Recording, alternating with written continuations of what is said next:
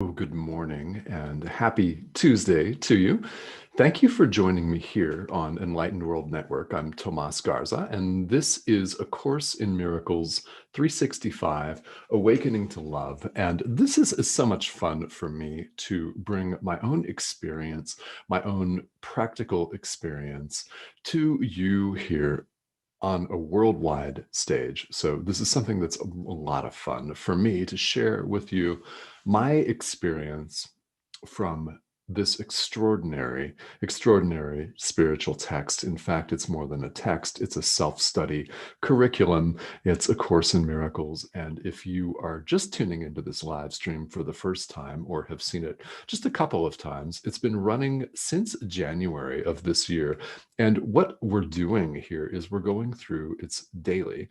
And what I'm doing is I'm going through the section of A Course in Miracles known as a workbook for students.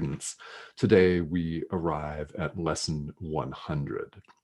So if you are curious about any back episodes of this, the YouTube channel for Enlightened World Network is a great resource for you, and I highly recommend that you check that out. Again, YouTube, Enlightened World Network, and the network has a playlist for every show on the network. So there you will find A Course in Miracles 365, Awakening to Love, and you'll see all of the back episodes since January of this year, all archived right there. So if there is a particular idea or a particular workbook lesson that you're interested in, you can find the video there. You can also find the recorded live stream on basics about A Course in Miracles, topics such as miracles, forgiveness, and I've had some really wonderful, truly wonderful guest speakers as well that have joined me here on the program. It's often just me, but I have had some guests. So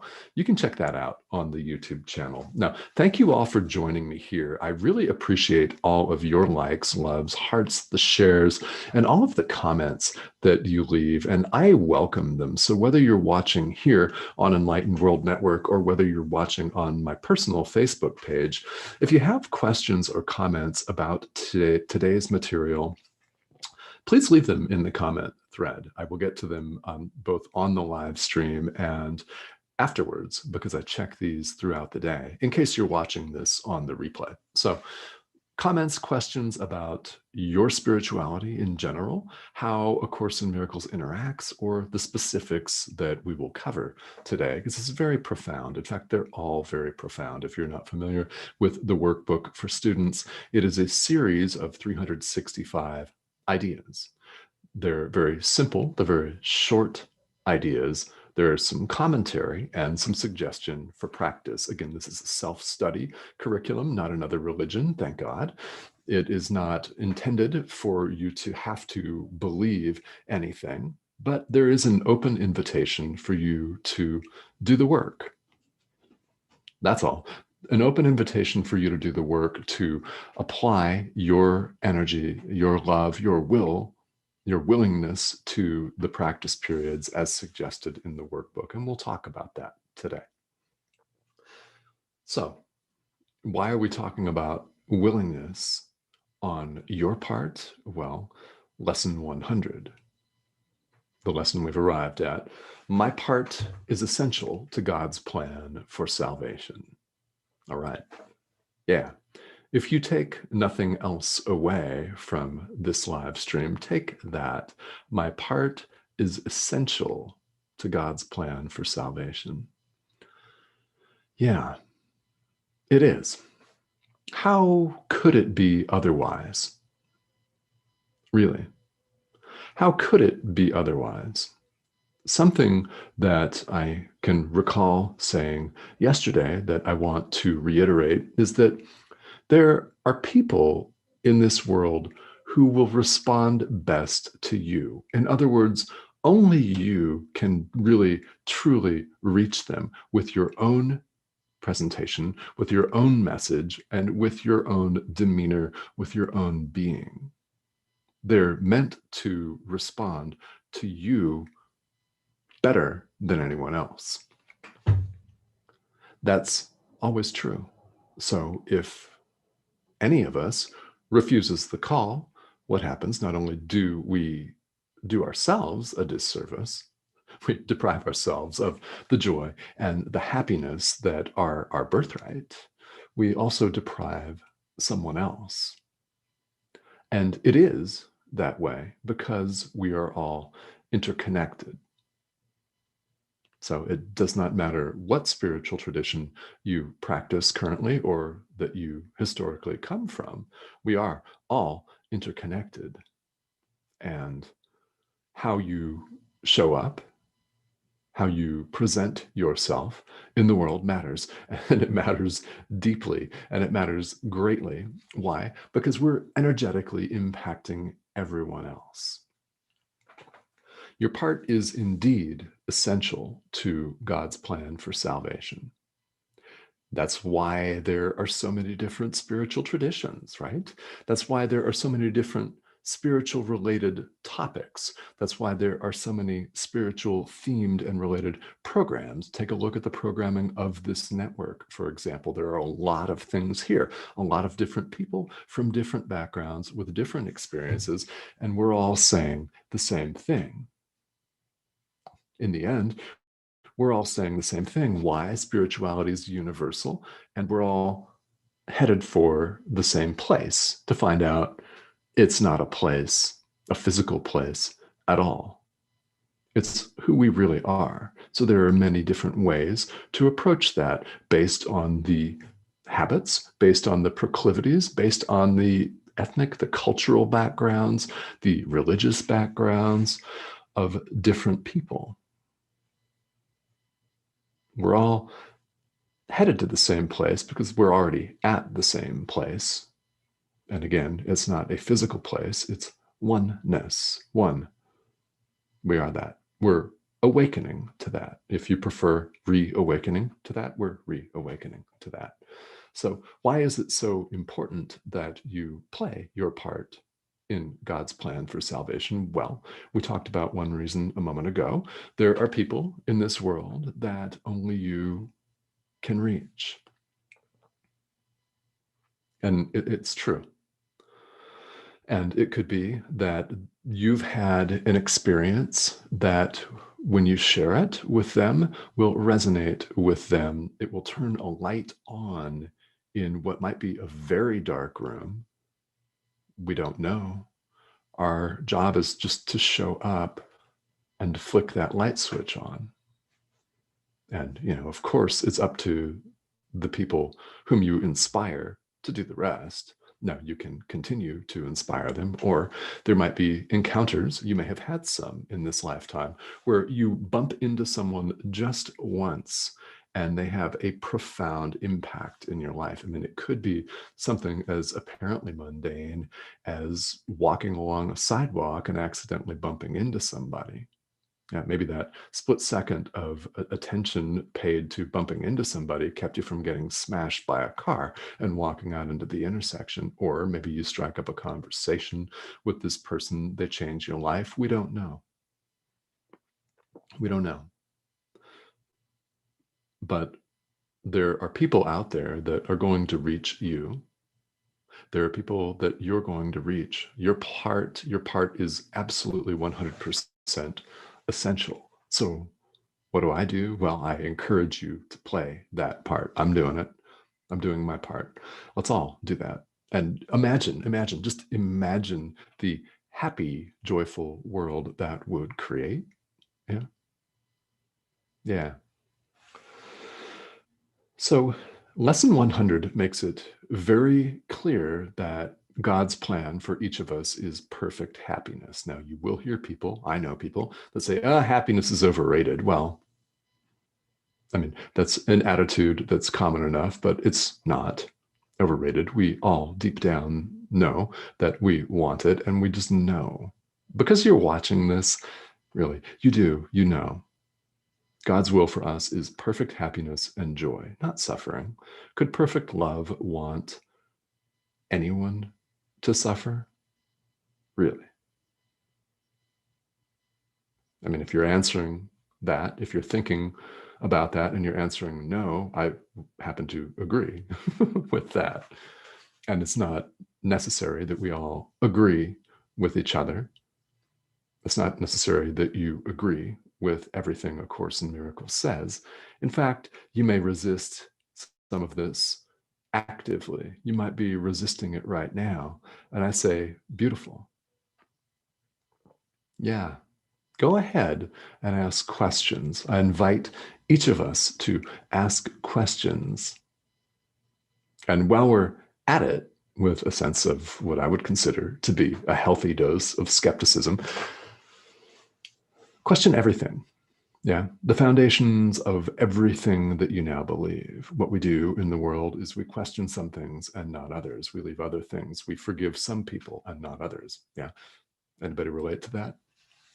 Yeah, you bet. We leave some stones unturned, and we're going to revisit those.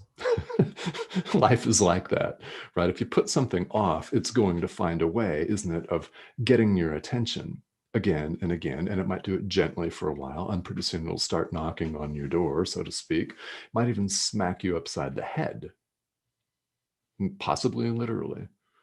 Yeah. It has a way of getting your attention. Why do these things come up? They come up for release. It's going to contribute to our happiness, to our playing our part in God's plan for salvation. God's will, that we'd be happy, fully, 100%, totally happy with no interruptions, pure joy. Is that possible? Yeah. Yeah. In fact, you're headed for that. May not feel like it right now, and that's all right if it doesn't. No, I understand, because we all have moments. Yeah. Even somebody that's been practicing for a long time, even someone that you see on television or on a video or on a live stream that is teaching, they've had enough experience to feel that it's time to go forward, or they've gotten the call, the message to go forward and teach. Even those people have to stay hyper vigilant. I've got to stay hyper vigilant. Why? Because things still come up for release. They're coming up for release. So in spiritual practice, we orient ourselves toward that frame of mind where we see things not as a harsh punishment, so that we see things not from a victim point of view, but from an inspired and powerful point of view. Yeah, that's the point.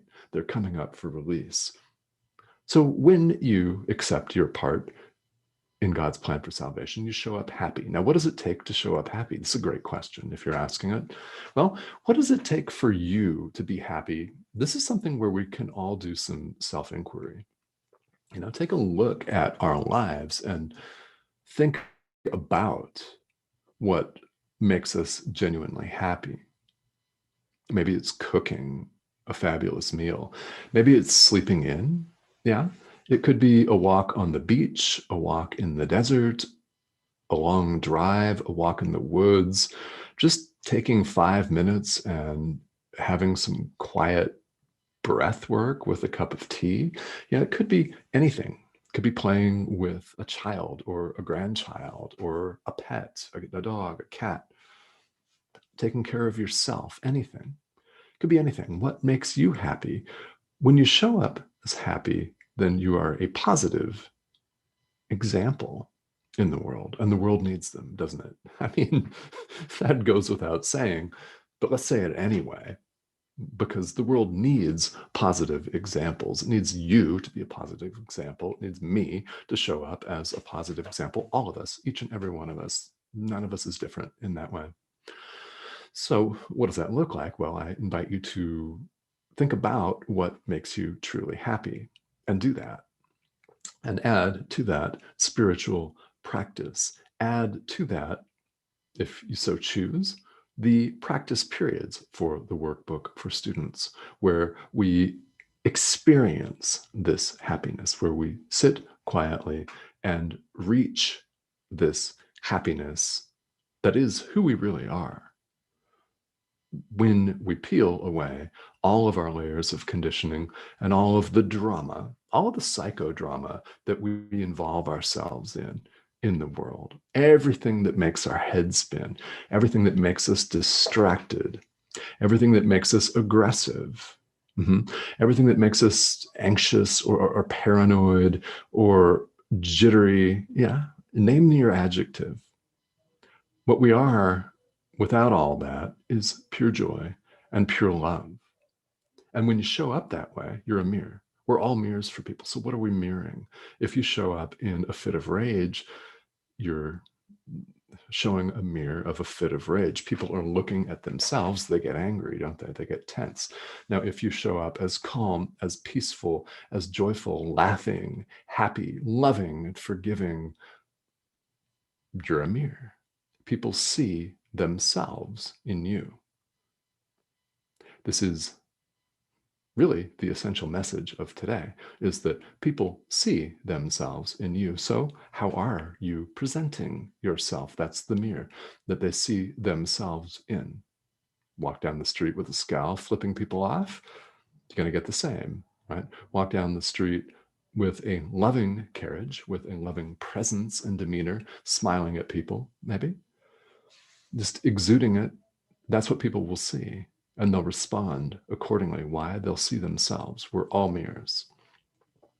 It's a beautiful, beautiful image, and we're all mirrors for one another. So it's absolutely essential that we do our part in this plan.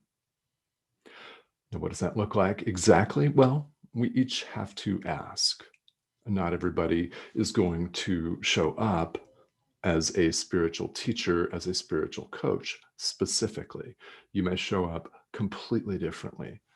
And another way of reinterpreting today's idea is that it takes all sorts, because it really does. When people say that, it's not just a saying, it's really very true. In spirituality, that's absolutely true. Why? Because there are people in this world that only you will reach. So please reach them. Okay, so let's take a look at some of the comments. And if you have questions, if you have comments, please feel free to leave them here in the comment thread. This is a part that I love about broadcasting live here on social media. It's the live interaction. So thank you all for joining me. And we've got a couple people on here today. Isabel, hi, how are you? Thank you for tuning in. So any comments or questions that you all might have, feel welcome to leave them here in the comment thread. And as always, I invite you to take these ideas to heart.